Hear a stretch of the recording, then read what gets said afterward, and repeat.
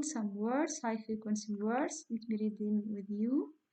I, a, an, am, is, are, he, she, here, we, there, this, with, they, the, in, on, at, my, of, it, up, has, have, and that, under, these, those, why.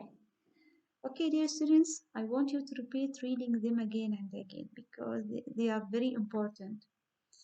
Okay, and this sheet too, let me read the sound of these letters. A, E, I, O, A, B, K, D, F, G, H, J, K, O, M, N, P, R, S, T, V, W, X, Y, Z.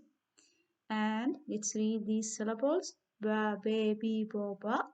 Ka, se, si, ko, ka. Da, de, di, do, da. Fa, fe, fi, fo, fa. Ga, ge, gi, go, ga. Ha, he, hi, ho, ha. Ja, je, ji, ju, ja. Ka, ke, ki, ko, ka. La, le, li, lo, la. Okay, the rest of the syllables. Ma, me, mi, mo, ma. Na, ne, ni, no, na.